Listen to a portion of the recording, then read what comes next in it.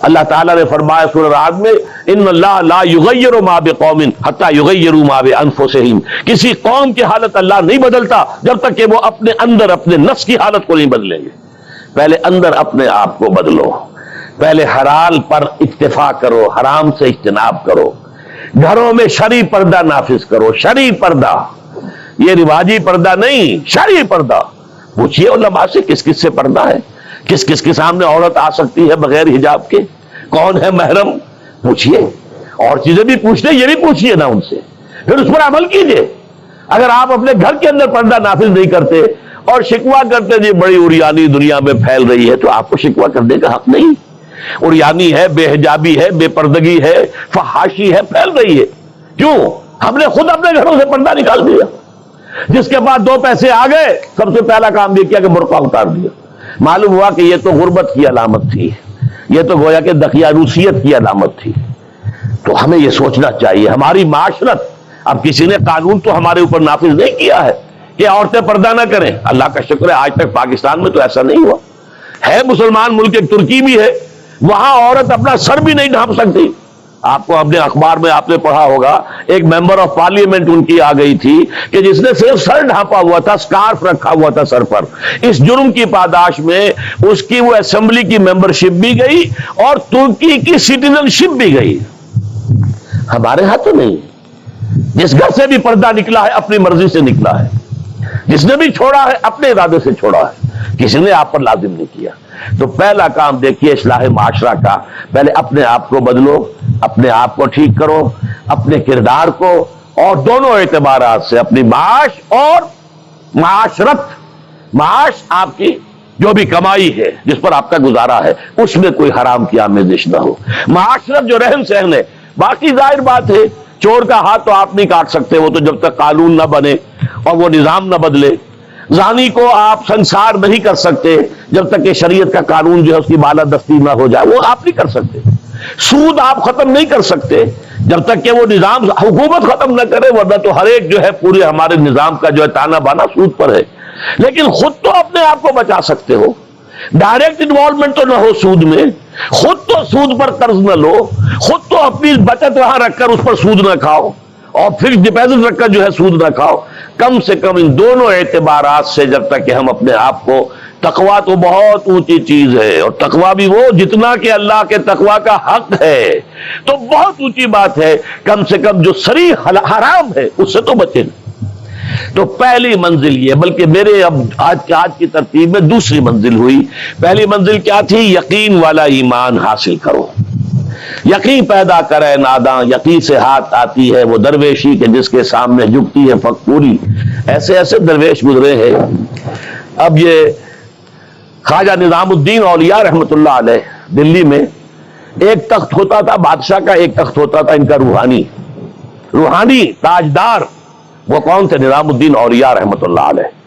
6 بادشاہ ان کے زمانے میں بیٹھے تخت دہلی پر، کسی کے پاس حاضری نہیں دی، درویش نہیں جایا کرتے عمرا کے گھروں میں۔ ایک بادشاہ نے کہا کہ میں آنا چاہتا ہوں، روک دیا، نہیں میرے پاس مت آؤ۔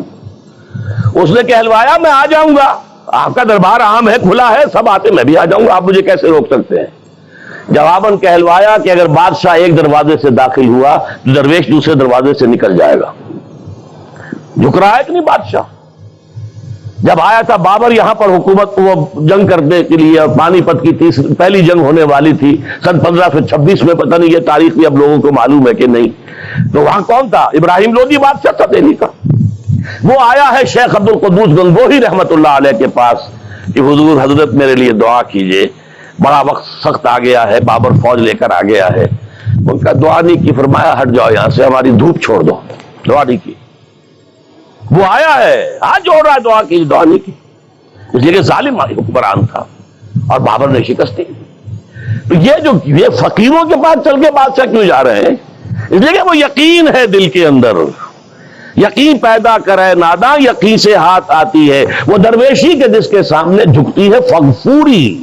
بادشاہ جھکتے ہیں جن کے سامنے، وہ کس سے حاصل ہوتی ہے؟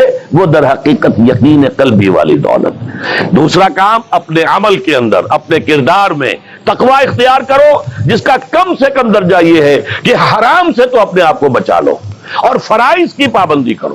نماز فرض ہے، روزہ فرض ہے، اگر آپ کے پاس مال اتنا ہے کہ زکوٰۃ آپ پر عائد ہوتی ہے، زکوٰۃ دینا فرض ہے، اگر استطاعت ہے تو حج کرنا فرض ہے، جو بھی ہے فرائض وہ ادا کرو، فرائض و واجبات ادا کرو، حرام سے اپنے آپ کو روک لو۔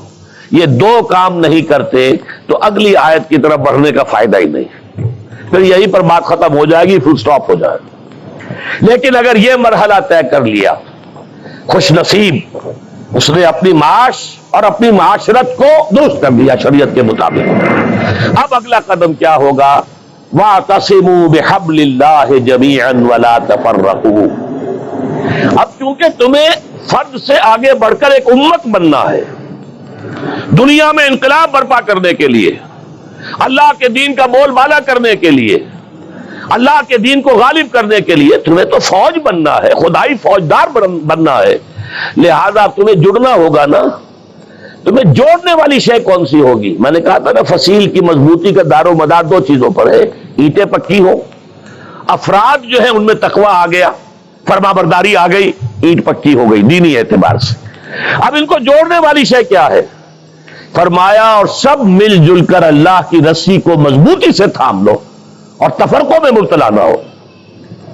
وَاعْتَصِمُوا بِحَبْلِ اللَّهِ، حبل اللہ، اللہ کی رسی، مل جل کر جمیعاً، وَاعْتَصِمُوا بِحَبْلِ اللَّهِ جَمِيعًا وَلَا تَفَرَّقُوا، تفرقے میں مبتلا نہ ہو۔ تفرقہ ہوگا تمہاری قوت ختم ہو جائے گی۔ Divided you fall, United you stand. اگر تم مضبوط ہو اور مجتمع ہو، بنیاد مرصوص ہو، تو تمہیں کوئی شکست نہیں دے سکتا۔ اگر تمہارے دل پھٹے ہوئے ہو، تمہارے اندر رکھنے ہو، تو تمہارے اندر سے غدار نکل آئیں گے۔ جیسے کہ آپ کو معلوم ہے کہ انگریز جو آیا ہے ہندوستان میں، بنگال میں غداری ہوئی، میر جعفر نے غداری کی، اس لیے بنگال میں پلاسی کی جنگ میں فتح ہوئی لارڈ کلائیو کو۔ دکن میں ہمارا آخری تیر جسے کہا اقبال نے، ترکشے مارا خدنگے آخری، ٹیپو سلطان آخری چٹان تھی ہندوستان کے اندر، اور وہ بھی ایک غدار کی وجہ سے۔ جعفر از بنگال و صادق از دکن، ننگے آدم ننگے دی ننگے وطن، تھے کون؟ مسلمان تھے۔